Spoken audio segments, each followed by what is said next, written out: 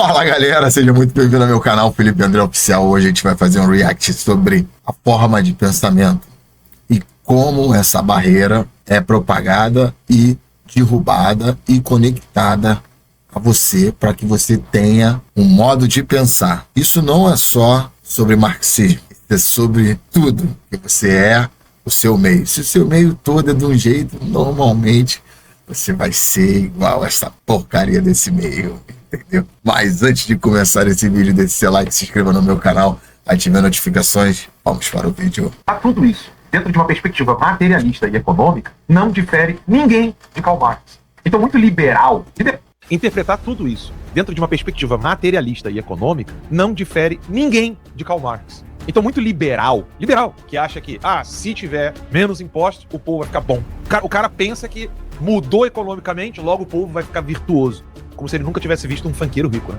Então, o que acontece? Há essa confusão na cabeça das pessoas, onde elas pensam que a questão financeira, pelo fato dela colaborar, ela não determina, e ele pensa que ela determina. Ele acaba caindo na cilada de que a mudança financeira ela vai determinar a decisão da pessoa para que ela possa escolher o bem e não o mal. Isso é uma visão materialista? É exatamente como Karl Marx, ele usa. Vamos lá, tem alguns pontos. Sobre essa questão de você estar ali, é como eu disse, a gente tem um problema muito grave na nossa sociedade, que a gente tem uma dissonância cognitiva, porque existe vários filha da puta rico e várias pessoas legais ricas também, mas a maioria é filha da puta. É isso que ele tá querendo dizer, entendeu? Existem muitas pessoas que realmente elas poderiam fazer a diferença na sociedade, mas elas preferem não fazer. Elas preferem, foda-se, vou fazer aqui e vou fazer do meu jeito, e quem tiver comigo se junta, quem não tiver sai da frente, literalmente. Qual é o óculos de Karl Marx para poder julgar tanto o passado quanto o presente para querer o futuro? O óculos de Karl Marx não é a virtude. Não é o homem que morre pela verdade. Não é o homem que se sacrifica pela esposa, pelos filhos, pela nação. Não é o homem que quer ser melhor. Não é o homem que está querendo alcançar o ápice do amor, do sumo bem, para poder agradar ao outro. A chave, o óculos de Karl Marx é financeiro. Pera lá um pouquinho. O grande problema do Karl Marx, e que eles estão dando um jeito de fazer agora na agenda, eu acho que ele tá vendo isso, apesar dele ter, eu tô vendo que ele tá tendo uma perspectiva romântica sobre a coisa, porque eles vão usar, vai ser um novo tecnossocialismo, a próxima fase da evolução, vai ser a tecnologia pegando esse conceito de Karl Marx, do material, e redistribuindo isso entre a sociedade. Tu acha que isso vai dar certo? Não vai dar certo, entendeu? Não vai dar certo. Mesmo com inteligência artificial vai fazer o negócio. A população dá opinião, fala, não vota essa porra. O Congresso vai lá, vota e foda-se. Quem é que tá mandando de fato mesmo? Então a sociedade vai passar por um momento, vai passar. Não importa se você for contra. É isso que eu tô falando que ele tá vendo com o Romantismo. Eles vão usar isso para implementar a agenda, que eles jogam dos dois lados. Se você for contra, ele tem um jeito de implementar para tu que é contra. A mesma parada que eles queriam com a esquerda, a direita, não, a gente vai fazer não sei o que, aí os caras vai fazer uma outra parada para a mesma coisa. Aí diz que não, foi a direita que aprovou. Mas era a mesma coisa que a esquerda queria lá desde o início.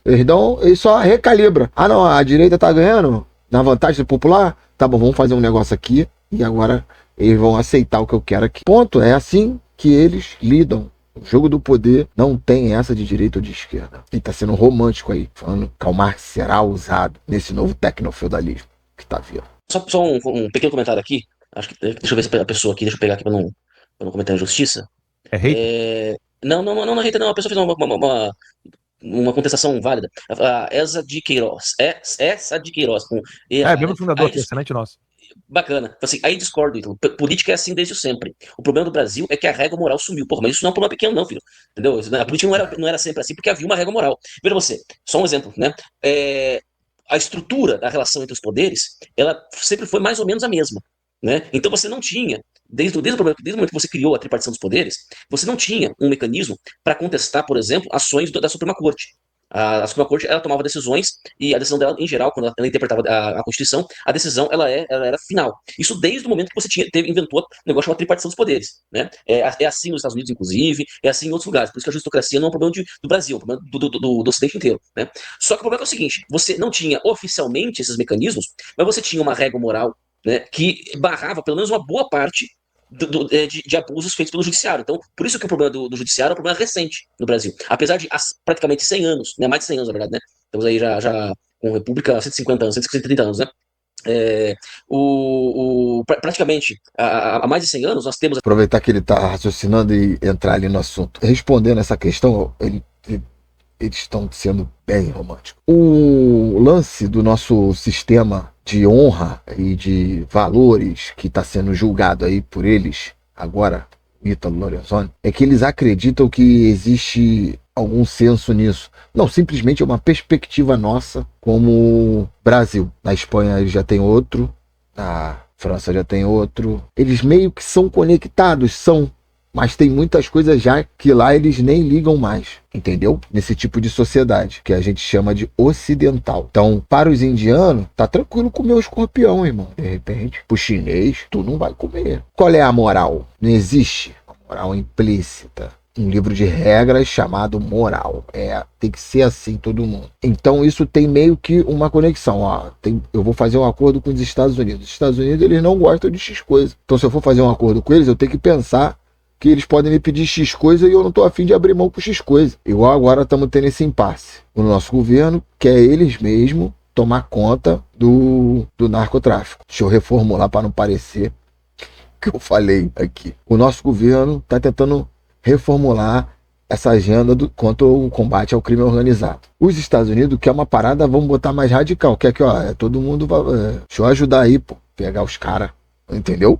Aí o governo não quer abrir mão. Então, ou seja, a gente tem uma régua moral ali que o governo acha que tem que tratar de um jeito essa situação e os norte-americanos acham que tem que tratar de outro, sendo que a gente meio que compartilha a mesma cultura ocidental judaico-cristã. Percebeu a diferença? Essa mesma estrutura, né, essa estrutura quase não mudou, mas mesmo assim o problema da justocracia é um problema recente, porque até então a missão da Suprema Corte de ser uma corte constitucional, bem ou mal, ela foi respeitada ao longo das últimas décadas, né? E só recentemente é que ela foi extrapolada da maneira como a gente está vendo extrapolar desde recentemente, de uns 10 a 15 anos para cá, né? Então, perder a régua moral é você perder o freio dos homens. E você perder o freio dos homens faz com que a lei seja inócua. Então, como eu disse aqui, se você tiver os 10 mandamentos, mas quem interpretar for um grandíssimo filho da puta, entendeu? Mesmo assim, a aplicação dos 10 mandamentos vai ser ruim, vai ser viciado, vai ser tirânica, entendeu? Então não adianta nada você ter pessoas ruins numa lei boa, entendeu? A lei só é boa na medida em que você tem pessoas virtuosas, minimamente virtuosas aplicando ela, né? Então, perder a régua moral é grande coisa. Primeiro a gente tem que ter o norte da onde que é a régua moral, entendeu? Como sociedade nós deveríamos ter já isso bem explícito. Mas o problema aqui do nosso judiciário é mais grave, pois investiu em corrupção. Corrupção não tem partido, não tem lado. Ele já recebe um salário, ele é uma pessoa que tem vários penduricalhos. Inclusive, eles podem comer lagosta, tem tudo. Ninguém reclama de nada disso. Agora, os caras aceitar propina para poder defender A ou B, acabou a parada. Infelizmente, essa é a verdade do judiciário. Tá passando por esse momento muito complicado, que na minha visão, nossos juízes deveriam estar revendo isso, falando, calma aí, cara. A gente recebe bem, a gente tem as coisas bem. A população, toda vez que sai aí na mídia, você nunca viu ninguém reclamando do Supremo. O Supremo sempre teve as suas regalias, sempre teve as suas coisas. Deram palestra a vida toda, lançaram livro. Tudo dentro da magistratura ali. Nunca envolvido com propina, sacanagem, putaria. Agora se envolveu. Mesmo que eles sejam inocentes. Tô falando, ninguém aqui tá julgando ninguém. Só estamos falando uma análise que foi posta aí pelo Ítalo. Ou seja, então a moral, qual é a conduta?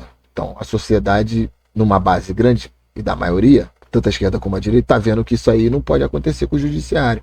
Porque senão não tá valendo a lei. Tá valendo quem paga o judiciário. Isso é perigoso demais. Isso manda um recado pro resto do servidor público que eles têm agora que agir igual, com base em propina, essa parada toda. E isso é um risco tremendo para a evolução da sociedade. Isso é muito ruim, porque eles já vão pegar um imposto, já vão querer propina sua. Ou seja, eles estão esganando o tecido social econômico para jogar uma parte da população 100% na miséria e manter todo mundo ali, e eles darem a benécia do Estado e de que todo mundo está produzindo para eles. Esse é o plano final. Muito perigoso isso. Infelizmente, se isso chegar nesse ponto, a gente perdeu. A sociedade perdeu para a política e aí vamos ter problemas. Tem um vídeo que eu falo sobre 1964, vou deixar aí, que no caso, você clica aí, dá uma olhada e você vai ver que não vai, vamos para 64. Pode apostar nisso isso aí. Até 2030 a gente vai ter um combate feroz. Feroz. Por isso que eu disse não pessoas virtuosas, pessoas com desejo de virtude.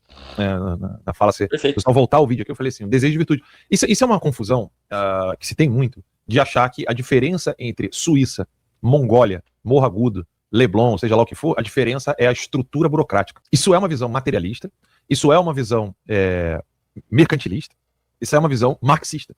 Pouca gente sabe, então eu gostaria que até você explicasse, desculpa jogar a bola para você de novo, mas é porque você dá aula disso.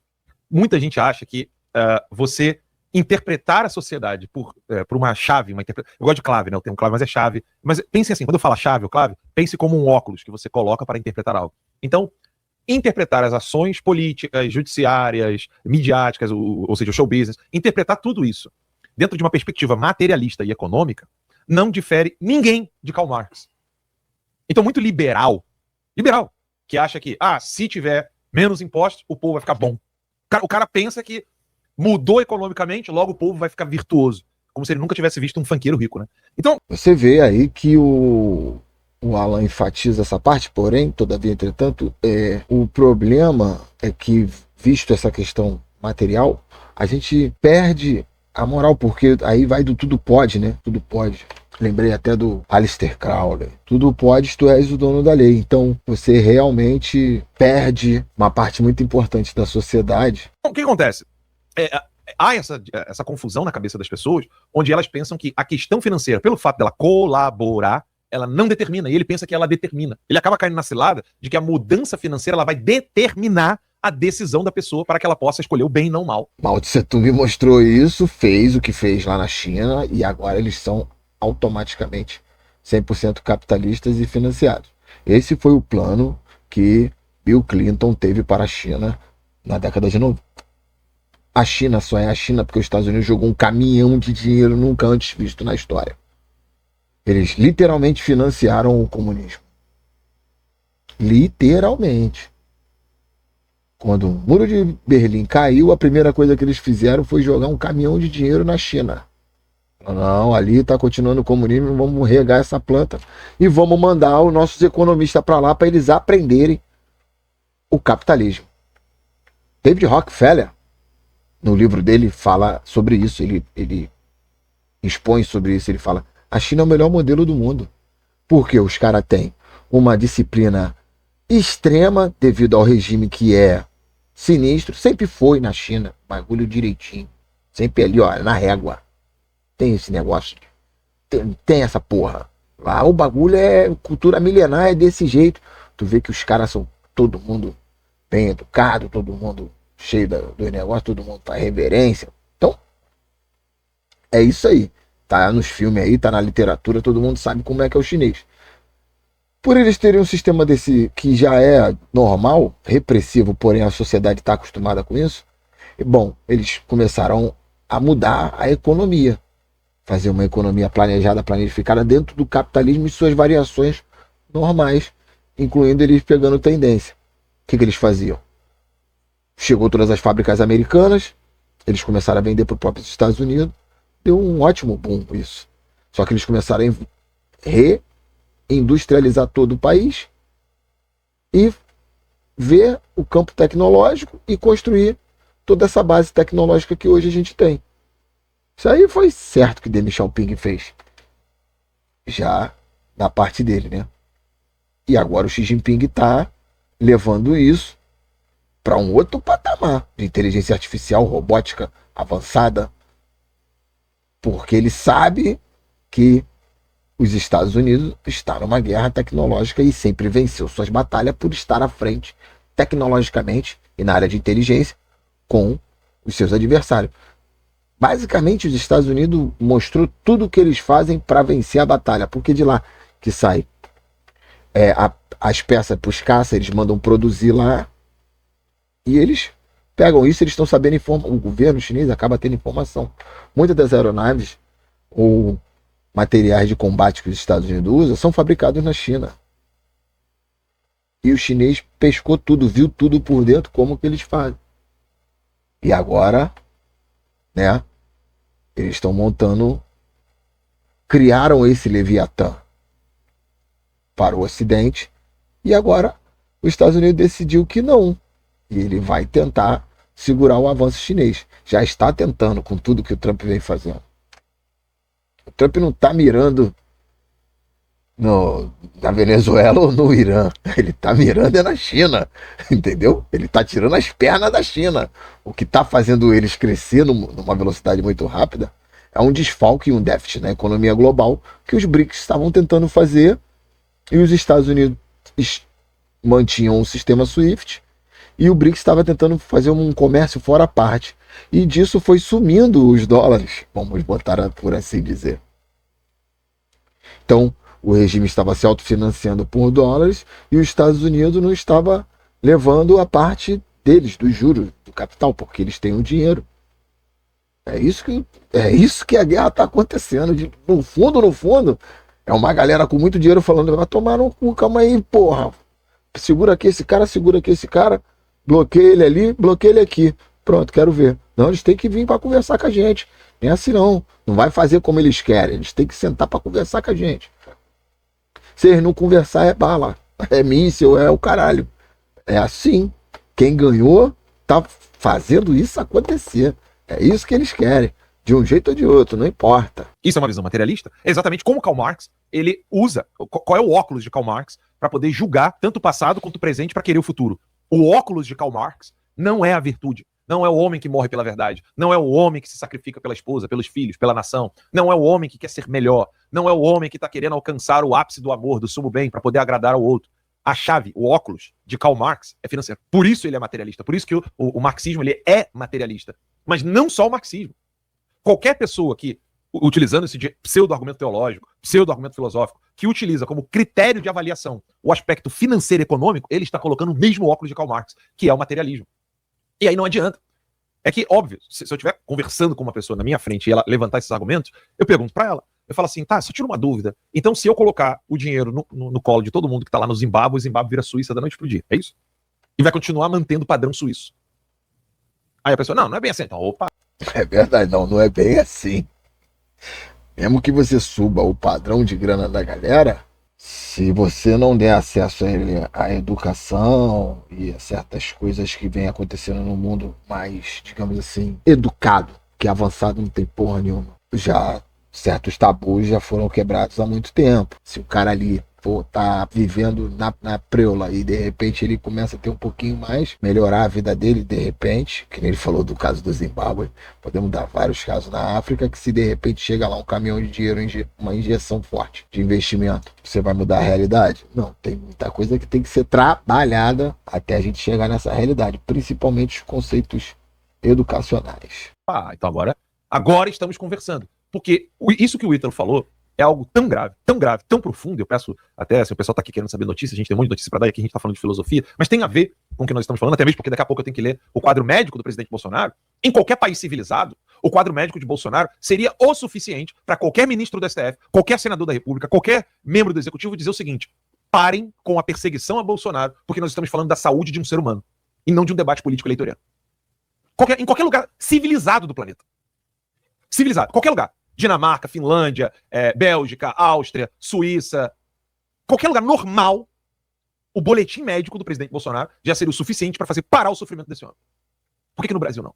Não é por causa da corrupção, não é por causa do quão complexo é a máquina burocrática, não é por causa do Código Penal brasileiro, não é por causa do sistema judiciário brasileiro, é porque faltam homens com virtude. E aí o Ítalo tocou num ponto que vocês precisam entender, eu peço que ele até explique com mais... Isso é verdade. O cara tá mal de saúde, tinha que tirar o cara de lá e pronto. O Lula ficou na carceragem lá em Curitiba, lá, sossegado, de boa, na cela dele. Ninguém estilizou, esculachou, nem nada. Aí, o Bolsonaro, o homem tomou uma facada. Não, o bagulho é de verdade. Tá com a situação debilitada, vai jogar o cara dentro da carceragem pro cara morrer, é covardia. É mesmo. Não teve o tratamento desse com Lula, nem facada, nem nada desse tipo. Foi lá, foi preso, tirou a cadeia dele de homem e saiu aí na amizade aí, mas tá tudo certo também, segue o jogo. Hoje é presidente aí, daqui a pouco deve sair, porque já tá com 80 e caralhada, não vai aguentar. Mas Bolsonaro deveria realmente não está preso aonde está preso. Ele deveria ter, pelo menos aí, um acompanhamento médico de mais tempo. Inclusive 1 ano ficando em casa, diretão, vendo qual é da ferida. Que também não vai durar muito também não, Bolsonaro. O negócio do soluço, o cara dormindo, tá soluçando, pô. Vai durar muito não. E ele sabe disso, tanto que lançou o Flávio, a persona do Centrão, e tá todo mundo acreditando que ele vai ser de direita, mas vai dar errado.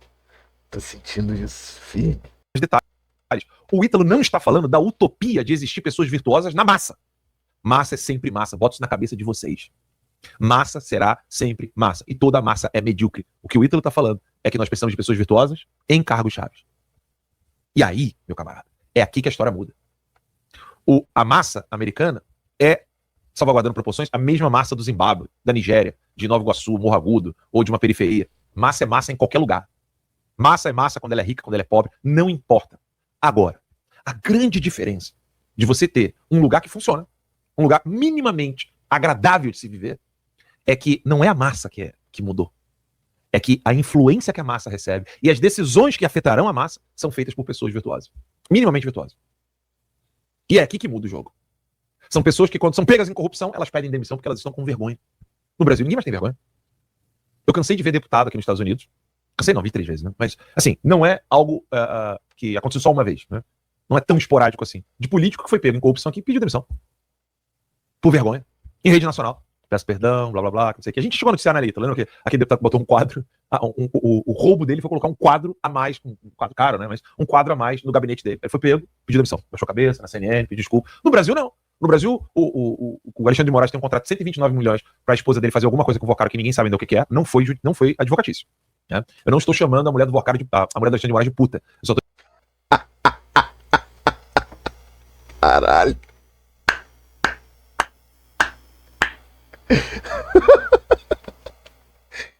R$129 milhões. Não foi advocacia. Eu tô dizendo que ela recebeu 129 milhões e não foi pra gastos advocatícios. O que ela fez, eu não sei. Primeiro porque ela é baranga, feia pra caralho, velha, chata, e ainda é mulher de um psicopata. Então eu não sei, o Vocaro já tinha peleleca, então eu acho que ele não precisaria da mulher do Vocaro. Então eu não sei que porra foi aquela de 129 milhões. Tem gente que fala que é a prisão do Bolsonaro. Agora, serviço advocatício não foi, e serviços sexuais também não, porque a evidência mostra. Você pega a foto da mulher do Vocaro, a mulher do Alexandre de Moraes, você percebe que ali não houve nenhum interesse libidinoso.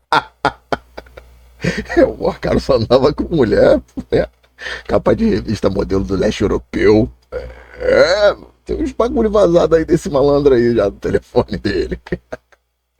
Diz que era a mulher do leste europeu que vinha pra não falar o mesmo idioma e a sacanagem comia tipo Epstein. É mole, mano. Caralho, os caras são foda, né? Puta que pariu. Diz que foi a prisão do Bolsonaro, 129 milhões. Caralho, acusou feião. Não tem nada a prova disso. Mas 129 milha é 129 milha, né, viado? Bagulho é doido. Então, a única coisa que sobra é a prisão. O pessoal tá rindo aqui do estúdio. A única coisa que sobra é a prisão do Bolsonaro. Mas isso é falta de virtude. O pessoal tá rindo, eu perdi. Eu tô querendo explicar aqui. Tá todo mundo rindo aqui no estúdio. Mas na verdade, cara, 129 milhões, cara, qualquer lugar eu já teria falado assim, não, cara, isso aqui é um absurdo. A pergunta é bem simples. Por que você não deixa de ser marxista, mesmo quando você quer menos interferência do Estado, mesmo quando você quer uma economia mais livre, mas quando você interpreta a felicidade, o ápice da vida humana, como um bem material? Porque muita gente não entende isso. Essa é a grande diferença entre os conservadores e qualquer outra corrente, aspas, anticomunista, e que não entende esse aspecto da religião, da virtude, e que, eu não gosto nem de chamar de liberais, porque, por exemplo, se você entrevistasse todo mundo da escola austríaca de economia, eles iriam concordar conosco. O Luiz Felipe uma vez conversou comigo sobre isso, ele falou assim, é por isso que eu nem consigo entender muito o pessoal que defende a liberdade econômica no Brasil, mas acaba não entendendo a necessidade da virtude. Eu queria que você explicasse isso pro pessoal. Primeiro eu quero agradecer, a gente estava com 13 mil telas aqui, agora foi para 15.959, então daqui a pouco vai bater 16 mil telas aqui nos assistindo. Eu acho que foi o pessoal rindo do meu comentário da Vivi, mas eu quero agradecer a vocês tiraram a gente do 13, então muito obrigado. Então agora sim, 16 mil telas nos assistindo aqui, 9 mil lá no Conversa Timeline, 3.400 no canal TLTV, mil na revista TL lá no X e 2.445 na minha conta, Alan Conta 5, então no total aqui, mais de 16 mil telas nos assistindo. Muito obrigado, Deus abençoe vocês. Daqui a pouquinho eu quero falar até o nome dos membros fundadores, mas eu queria jogar essa pergunta para você, Ítalo. Por que você não deixa de ter o mesmo princípio dos marxistas, quando você acaba sendo materialista, mesmo quando você não quer ser marxista? Assim, a timeline agora tá pegando o ritmo que era do Terça Livre. Vão botar o Ramagem ex-deputado, vai poder falar de segurança pública com mais propriedade, porque ele era Polícia Federal. O Ítalo e o Alan vão fazer a parte mais filosófica da coisa, o Alan principalmente pela parte conservadora, o Ítalo também é muito. E eles conseguiram chegar a bater 1 milhão. Esse formato aí. Estão tentando resgatar o Terça Livre através da timeline. Assim, eu gosto muito de assistir eles. Como assisto também o Diário do Centro do Cu do Mundo, Brasil 247, essas paradas. Tu tem que ver pra tu saber qual é o pensamento dos caras. Porque isso é um eco. Por exemplo, se você tá lá na base mais radical, você tá escutando os caras falando, você só tá ouvindo. Tem uma galera aqui que é radical, que influencia os políticos, que eles falam outras coisas. Pô, esses caras estão incentivando um bagulho aqui que eu acho que não é maneiro, não. Aí tu vê o outro lado. O que o outro lado tá falando desse mesmo assunto? Ih, os caras tá concordando, fodeu. Entendeu? Caralho, que merda, os caras tá concordando. Quando um lado fala um bagulho, não, a gente tem que ver melhor, porque a lei não pode ser assim. Ih, os caras tá concordando. Um lado grita, taca fogo no vagabundo. Aí o outro lado, tem que ver mais ou menos como é que tem que ser. Opa, ele não disse não, ele disse que tem que ver. Tem que ver, vamos conversar aqui que a gente vai acertar aí. Complicado pra caralho, tu tem que ouvir. Tu não fica nessa parada de, não, tu tá vendo o Alan. Eu vou trazer o Diário 247. Tu vai ver eu escutando essas porra aqui. Pra tu se ligar que, tipo assim, hoje, o que a base tá falando, pra onde mais ou menos os políticos estão, o que o Gico quer. Tu tem que ouvir um montão de gente. Não é assim, não. Perfeito, vamos lá. Bom, primeiramente, deixa eu fazer um comentário, né? O Ramagem comentou que não havia nenhum contato entre a Vivi e o Vorcaro, considerando as hipóteses, isso é um alívio, né? Que não havia nenhum contato entre os dois. Mas, enfim, o que você está me perguntando é o seguinte. Pô, não, mas convenhamos, com 129 milhões o cara compra a Vila Mimosa, né? O cara não precisa desse tipo de coisa, né? Vai lá. Então, 3,6 milhões por mês, o que ele faz? Nossa senhora, não, esse cara é o cara mais amado da Vila Mimosa. Mas enfim, vamos lá. O pessoal que não tá no Rio não sabe o que é Vila Mimosa, não, né? Vamos lá. Essa pergunta que você me fez, Alan, isso aí na verdade está na base do surgimento da sociologia moderna. A sociologia, né, o pensamento sociológico, o pensamento das ciências sociais, ele surgiu com 3 pessoas, né? Ele surgiu, na verdade 2, né? A terceira tá lá, né, aquele irmão mais novo que o videogame, o cabo do videogame não tá ligado, né? É o Durkheim, Emile Durkheim, o Max Weber e o Karl Marx, que aparece ali como o irmãozinho mais novo que finge que ele tá jogando videogame também. Esses 3 caras tinham, né, ou os 2 primeiros, na verdade, né, o terceiro meio que, né, mais ou menos, eles tinham a percepção de que você tinha que transformar as ciências sociais, as ciências humanas, em algo tão objetivo quanto a ciência, as ciências duras, as ciências naturais. Algo como a física, a química, a biologia, você tinha que ter algo parecido, algo desse mesmo nível, né, de segurança ou de mesmo nível de objetividade. Obviamente que isso já começa com um problema, porque você está analisando uma realidade que ela é ontologicamente diferente, né? Então, a cabeça de um ser humano, né? Um indivíduo, uma alma humana com livre-arbítrio, não funciona da mesma maneira como funciona, né, o processo químico, o processo físico, né, obviamente. E tem um segundo problema, que é um problema epistemológico. Calma, Ítalo. Não é bem isso. Os caras estavam tentando colocar como uma ciência exata e colocar ela em prática e mostrar aqui, ó. A gente pensou uma coisa, deu certo, que é o que normalmente o ser humano faz. Ele tem uma ideia, tira do papel, coloca em prática, vê, deu certo, ele fala pro outro aqui, ó, deu certo. Tu falou que não ia dar certo, eu fiz dar certo. É assim a base natural do raciocínio lógico. Lógico, né? Que é o fato de que o objeto, a pessoa que está analisando, ela também faz parte do mesmo fenômeno que ela está observando. Ou seja, é uma mente humana, uma alma humana, observando uma outra alma humana. Né? Então, nessa diferença, você percebe que essa pretensão das ciências sociais de ser das ciências humanas de serem uma ciência objetiva, que é onde começa isso tudo, né? Essa pretensão já começa sendo ideológica. E o que é ideologia, no final das contas? A ideologia é sempre um recorte, quando você faz um recorte de uma parte da realidade e acha que aquilo é a realidade inteira. E existe então você começa com essa aspiração, essa pretensão. Isso acaba virando uma obsessão por parte dos primeiros pensadores aí das ciências sociais. E você acaba tendo essa tendência, né, de enxergar a realidade sempre por recortes. Por que a economia acabou virando, talvez, o aspecto principal, né? O recorte principal? Rapaz, ele explicou muito bem, verdade. Porque a pessoa tira um recorte e, de acordo com a ideologia dela, ela usa aquilo como base para poder, mas não é. Tu tem que pensar que o cara que você está conversando, ou a outra pessoa que você está conversando, não tem ideia nenhuma de quem é você. Ninguém tem ideia de quem é quem. Só depois de muito tempo, convivendo tanto tempo, fazendo tanto tempo a mesma coisa, tudo mais, você vai pegando. Por isso que o processo demora, é longo, né? Rápido, né? 6 meses, pô, gostei dessa pessoa. Aí eu simpatizei com aquela pessoa, ai, amo ela, não sei o que. Dá um tempo, pai, dá merda. Porque uma começa a trocar muito rápido seus conhecimentos entre si, e no final, normalmente, isso dá merda. Normalmente, no final, dá merda. Posso garantir isso pra você. Toda vez que tem uma pessoa que sabe muito sobre a sua vida, normalmente, você vai se decepcionar com ela. Aplicado. E na parte ideológica e econômica, você vê resultado prático, porque você tá ganhando dinheiro, então você tá no caminho certo, mas tá ganhando dinheiro. Então, o resultado prático é a materialidade do resultado chamado dinheiro. Porque a economia é talvez um dos mais quantificáveis dos processos humanos. Né? É fácil você quantificar. Bom, quanto dinheiro tem? Né? É fácil você quantificar. Então, as ciências sociais, as ciências humanas, de maneira geral, isso inclui até a filosofia moderna, né? A forma como a gente pensa a realidade, ela está eivada desse vício de pensamento. Ela está eivada dessa forma como a gente pensa a realidade, sempre fazendo recortes. É sempre em índice de IDH, é sempre em PIB per capita, é sempre dessa maneira, é sempre dessa forma de pensar sem enxergar que existe um ser humano ali no final das contas. É sempre pensar em termos de estruturas burocráticas, é sempre pensar em estruturas de lei, né? Eu costumo dizer o seguinte, é sempre você pensar uma casa de maneira da arquitetura, sem levar em consideração que existe um tijolo compondo a casa, né? A casa ela não é feita pela planta. E aí depois, né, Casa... desculpa interromper, e aí depois o cara não entende porque que ele fica num ciclo eleitoral eterno, e ele não entende porque que, mesmo mudando ano após ano, e ele não sai daquele buraco. Ele tá correndo atrás do próprio rabo. Sim. Entendeu?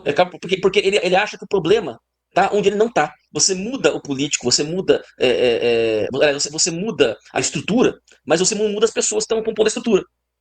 Entendeu? Então, não vai diferenciar em nada. Só que no máximo, né, você vai diferenciar quem está se aproveitando de quem. Mas, de novo, se você não tem pessoas minimamente virtuosas compondo a história toda, você não vai ter virtude na instituição. Isso é básico. Talvez eu desenvolva melhor essa resposta para a gente fazer um programa só sobre isso. Esse foi o Ítalo Lorenzoni, Alan dos Santos. Mas sobre esse final aí do Ítalo é o seguinte: o resultado prático de você estar indo bem na economia é o resultado da grana. Mas só que atrás desse escopo da grana, você tem que entender que é o seguinte: o resultado prático disso é que você, encontrando pessoas com muito dinheiro, se essas pessoas forem corretas com você, a transação deu certo, tu ganhou o teu, ele ganhou o dele, tu não tá envolvido com nada dele, te traz um bagulho chamado que eles chamam de network. E aí você se conecta com essas pessoas, faz trato com o cara lá que o cara é bom. Esse é o sistema financeiro, é assim que funciona essa porra. Por isso que o sistema financeiro não liga muito para ideologia, que o que ela quer é resultado prático em ganhar o dinheiro. Porque você vai ascendendo a classe social, esse caso desses caras aí, porcaro, esse bagulho todo, nego enrolado com propina, sacanagem, bagulho, não faz parte da grande transação financeira do país. É pouca gente que faz isso. Só que eles usam isso e ferram um montão de pessoas, pois o dinheiro do Estado é público. Quem garante o próprio dinheiro do Estado? A porra do Estado, cara. Cara, tu acha que é o quê? Eles têm a máquina de imprimir o dinheiro. Obviamente que esse dinheiro tem uma arrecadação para voltar. E é com base nisso que a sociedade está caminhando. Assim, hoje, o governo pensa que eles são dono da máquina do dinheiro. Tanto é que eles preveem. Subiu o consumo, subiu os impostos, subiu, e assim ele vai subindo e vai jogando dinheiro na economia e vai subindo. É assim que o governo pensa. Ou seja, eles vão criando demandas, artificiais ou não, e vão injetando dinheiro naquilo ali. Aí acaba dando esse rombo aí de 20 bi, 30 bi, não sei quem, enrolado com não sei quem, porque eles estão todos ligados, sistema econômico junto com os políticos têm que dar crédito para as empresas, que também faz parte do trabalho da política, dar crédito para certas empresas para elas poderem ir crescendo, retornando os impostos e pagando a dívida, obviamente. Esse é um trabalho, tem um banco chamado Caixa Econômica Federal e um banco chamado do Brasil. Então, A gente tem isso. O governo é envolvido com tudo isso. O governo está envolvido em todas as áreas da sociedade. Quando esse mecanismo não cumpre as regras, aí ocorre o delito, o crime, que está fora das regras.